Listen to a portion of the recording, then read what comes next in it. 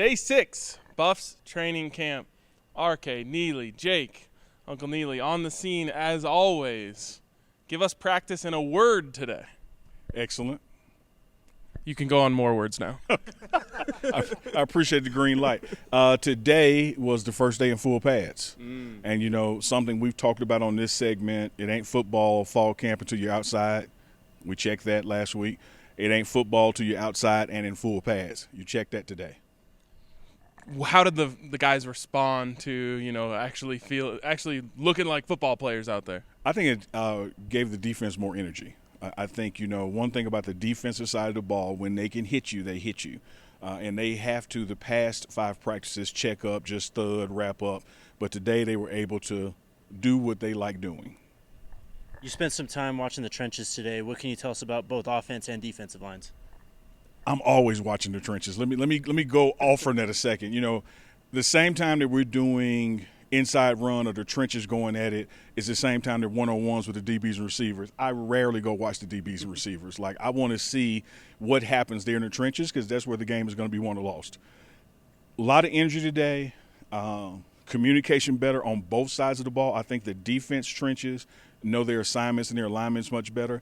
And still looking for that true starting 5 on the offensive side, but you saw much better communication, much better effort, and it was more tit for tat than just one-way dominant. We forgot to ask you this yesterday, so give me yesterday and today. Who won, offense or defense? Yesterday was offense, and I'm going to go with the defense today. First one of camp for the D. First one is camp. Maybe it's because they had pads on, but they looked more organized. They looked cleaner, communicating better. Even Coach Prime, he called on Shane Cokes at the beginning of practice, you know, to say something to the team. So just from leadership and energy alone, I'm going with the defense today. I don't know if you guys will end up being able to hear it because there was like 4 giant trucks parking all when we were talking to Coach Hart, but he described an amazing play from Demoy Kennedy today, and I asked him kind of about what Demoy's speed brings to the defense, and he said it keeps me employed. It makes me money because he said Demoy had Dylan Edwards on a wheel route today and actually undercut it, almost intercepted it. I mean, to have that kind of speed on the defense and just that group could be really special. And that's what we have talked about before. When I look at the other team, who do they have that could start for us? Who do they have that can make an impact for us? And I've always talked about when you get Weaver and Javon out on the edges and Travis out there and you got a Jimmy Horn or a Dylan Edwards coming out the backfield, Horn out the slot, they're in a linebacker in the Pac-12 that can keep up with them, except the linebacker that we have. So I'm looking for some explosive plays offensively as we take advantage of their slower linebackers, but I'm also looking for us to stop some big plays because we got some fast linebackers. Coach Prime had another guest at practice today, Byron Leftwich, joining him. What was it like just hanging out with him, and what was Coach like today?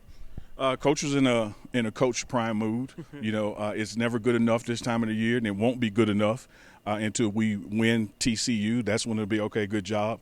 But Byron Leftwich was just observing, you know, watching the offense mostly, chit-chatting with Coach Prime. It's always good to have guys like that here for the players because they get to see someone who's been there, done that, that's a little closer to their generation. You know, everybody knows who Deion Sanders is and what Coach Prime accomplished.